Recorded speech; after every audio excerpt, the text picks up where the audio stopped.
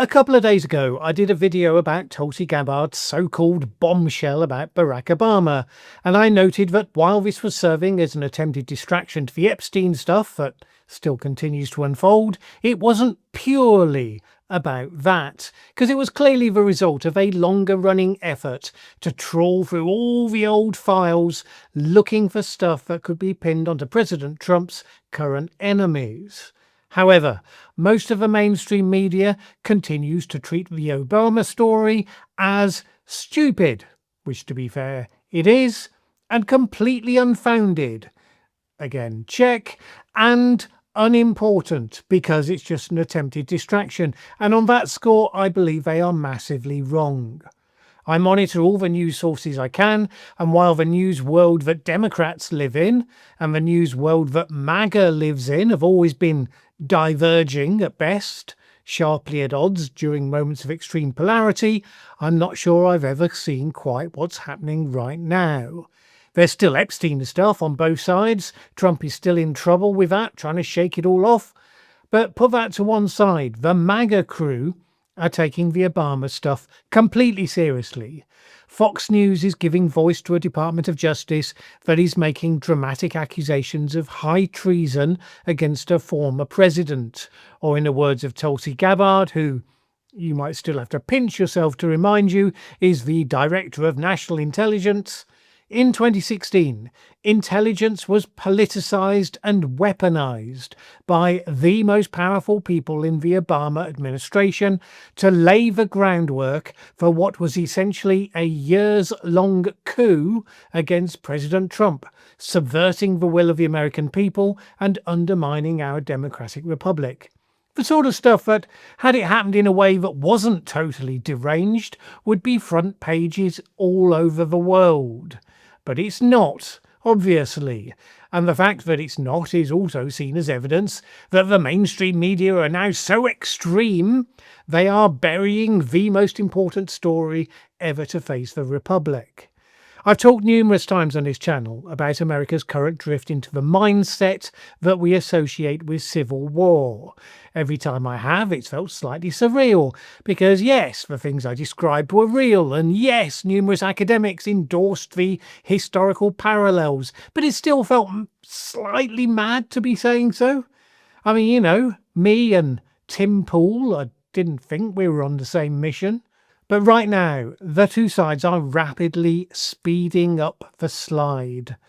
The Obama story isn't just Trump ranting in his less than endearing way about all the people that have ever annoyed him. It is one side crystallizing its view of the other as wholly criminal and illegitimate. As things stand right now, if you had an objective scale of who is undertaking actual criminal and illegitimate actions, it is not the Obama side. Not that they are perfect. Politics in the United States is a dirty business, but we're barely talking on the same scale as the current administration. But you look at how MAGA supporters are talking, you look at how Fox News and others on the right are reporting. And we begin this Sunday morning with the biggest political scandal of all: collusion and conspiracy at the highest levels against President Trump. Now, Director of National Intelligence Tulsi Gabbard revealing what this audience has known all along: a cabal of high-ranking officials led by then-President Barack Obama. It's very strongly being stated that this is beyond doubt. Now, there's one shred of doubt we'll come back to. But that's what Tulsi Gabbard just laid out, that it was, quote, incontrovertible evidence that the former president engaged in treason. They believe it. One of the preconditions for civil war or some sort of conflict that provides the same cathartic resolution is that the other side becomes wholly demonized and delegitimized. I know, we all thought that line had been crossed long ago, and it clearly was being crossed, which is why we talked about it then. But the Obama thing is starting to put it into another gear. It's not just that they believe it, it's that many of the supporters who used to tell you that they believed in the US Constitution, they are baying for their enemies to be imprisoned. One of Obama's top colleagues named in the accusations, James Clapper, told CNN that yes, he was somewhat nervous the administration was about to come after him. It's very disconcerting, it really is. And I take seriously when the President of the United States accuses me of being a participant in a treasonous conspiracy, which is ridiculous. He had lawyered up in anticipation, and that was being spread by MAGA figures such as Benny Johnson to imply that he was worried because he knew he was guilty, and therefore accountability was coming. Well, no. Remember, they spent all that time warning that Trump was an authoritarian who would be a danger to US democracy, and you were disparaging them for saying it. I mean, it wasn't an effective campaign slogan for them, but the point about authoritarian regimes is that they frequently throw opposition figures into jail on trumped-up charges. So yeah, this would be that thing. And whereas the base has been demanding that Trump release the Epstein files, increasingly they are also now starting to demand that President Obama must be arrested. Marjorie Taylor Greene, for instance, put it like this: if you tell the base of people who support you of deep state treasonous crimes, election interference, blackmail, and rich, powerful elite evil cabals, then you must take down every enemy of the people. If not, the base will turn, and there's no going back. Dangling bits of red meat no longer satisfies. They want the whole steak dinner, and will accept nothing else. Well, the hunt for steak is well and truly on. The Department of Justice has formed a so-called strike force to try to dig up whatever they can that might stick in an actual court of law, not staffed by Russian bots. Former CIA Director John Brennan and former FBI Director James Comey, they can contemplate the fact that current FBI Director Kash Patel has opened investigations into them. This comes as the Trump administration is feeling increasingly beleaguered, as the media reported yesterday that Attorney General Pam Bondi had informed President Trump back in May that his name did indeed appear in the Epstein files. You know, those files that definitely don't exist. While you should bear in mind that such stories, relayed by anonymous sources within the White House, not always true, although often they are, there's no doubt that the report adds to the pressure on Trump. The piling on of that pressure just makes it more likely he lashes out at other targets all the more vigorously. Now, it's probably not in his mind that in doing so, he might be setting the foundations for something very dark to come. It's not as though he follows a strategy or anything. But it's hard to come back from all of this if it takes just one more baby step in the current direction of travel. Once the administration actually starts arresting opponents, trying to jail them on charges that wouldn't previously have ever stood up in court, it becomes an existential fight on both sides. There can no longer be any pretending that in the next election you're just going to elect a normal politician of the old type, you know, who believes in the Constitution and the classic guardrails around the power to the executive and will just put it all back in place. No, you're into the territory where both sides assume, as Vladimir Putin does today, that if they lose, they will be seized and jailed. Maybe they'll fear even worse. You're into a world where the power of the presidency has been vastly expanded, the checks and balances seriously degraded. MAGA is only just, very slowly it should be said, catching on to the fact that the Supreme Court ruling that said that President Trump would have massive immunity for everything he does as president, that would also apply to President Obama as well. Imagine when they realise that all that extra power Trump has been grabbing will similarly be available to a future Democrat president, should they choose to use it.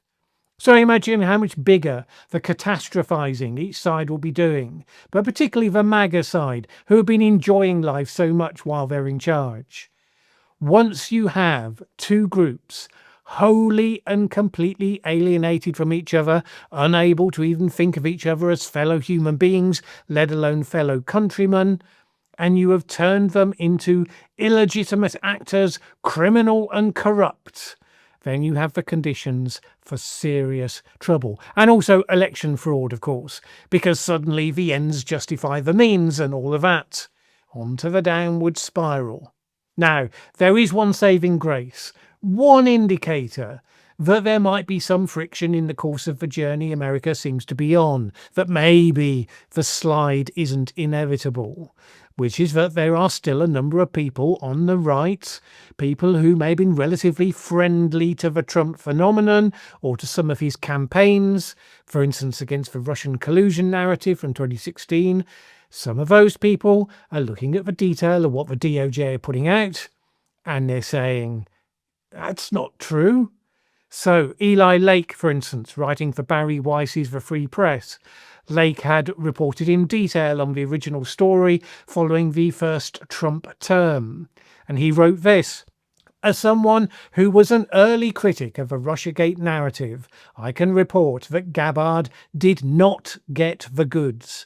Gabbard's evidence mainly relies on declassified intelligence assessments that state that Russia lacked the capability to change the tallies of state and local voting machines without being detected by the Department of Homeland Security, the National Security Agency, and the FBI. That is true as far as it goes, but the original charge was not that Russia hacked the polling stations in the 2016 election. It was that it influenced the elections by hacking the Hillary Clinton campaign's emails and then leaking them to the internet. None of the evidence Gabbard has produced contradicts that claim. Now, even Fox News, which has run numerous stories on this, often with inflammatory headlines, giving the Trump administration plenty of space to say what they have to say, well, it doesn't seem wholly convinced. Take the wording of this story. President Trump's Director of National Intelligence is touting new information to support her claim that then-President Obama was behind what she called a years-long coup and, her words, treasonous conspiracy against President Trump. Note how hedged all of that is. Her claim that what she called and her words. Unlike the MAGA influencers who used phrases like revelations and undeniable proof. There are clearly some journalists, at least at Fox, who are clear that this is deeply flawed, and while they're not saying so straight out, they can't bring themselves to report it without making it clear that these are claims, not substantiated truth. And this is also reflected in the fact they ran an opinion piece by former CIA officer Ned Price, calling Gabbard out as pushing false narratives about Obama officials related to the 2016 election in order to divert attention from other problems. Which is all very well, but the majority of MAGA influencers are behaving as though this is bigger than Watergate, and the majority of stories on Fox News are not so hedged. The majority of elected Republicans are doing likewise, if they're saying anything at all, and the half of the American people who live in the news bubble created to serve that side of the aisle, that is what's being reported to them, mostly straight. The mainstream media are not much reporting it because their journalists can see at first glance that it's just Trumpian nonsense that would never stand up in court, and that it's being used to deflect attention. But they are making a category error in thinking that's all it is. They should be talking about it, not as a major and explosive revelation of Obama's supposed corruption, but of the moment where the administration is moving into full-on authoritarian territory. Now, before people say, oh, but it's just the same as they did going after Trump in the courts. No, it isn't. For those of you who have been following this channel for a longer time, you will recall that I provoked the ire of a good number of commenters on this channel by calling out the New York case against Trump specifically as politically motivated lawfare, as indeed was at least one of the other cases against him. I am consistent in calling this stuff as I see it. And there were a number of left-leaning barristers in those instances who were saying similar things about those cases. This is nothing like those cases. The DOJ acting as the vengeance arm of the president, trawling through all the past records of government to try to find whatever they can to pin to opposition figures, coming up with charges that are patently untrue, but describing them in the most extreme terms, such as treason. The only difference between this and what Russia does is that Vladimir Putin has already got the judiciary doing his bidding, so convictions and severe penalties are guaranteed. Oh, and also, sometimes people get arrested, but sometimes they just die. I suppose we should be thankful that's not quite where we are at. Not yet. But as far as MAGA is concerned, they, the Democrat elite, unspecified, already tried to kill Trump twice. Not random nutjobs in the time-honoured USA tradition, but they, the other side. So while right now the MAGA base is cool with the idea of imprisoning Obama and Hillary Clinton and any of the rest of them without much concern for due process or whether they're actually guilty of anything, but in due course, well, who knows? They will point out, well, it's not their side that celebrated someone shooting a health insurance boss dead in the street, so, they're just following the precedent. These are all the justifications and excuses people make on the downward slide. What we've seen in the last 6 months is that people aren't even remotely interested in trying to be consistent. It's just their side, right or wrong. They're not trying to enunciate a set of principles that they are then bound by. It's one rule for us, another rule for them. The fact that there are at least some voices on the MAGA side being raised to say these accusations have no substance, well, that's good. It may not be enough, but at least it's an indicator that there's going to be some resistance, some fight back to the logic of where this goes. That the fate of America hasn't quite yet been abandoned to the mercy of its political extremes.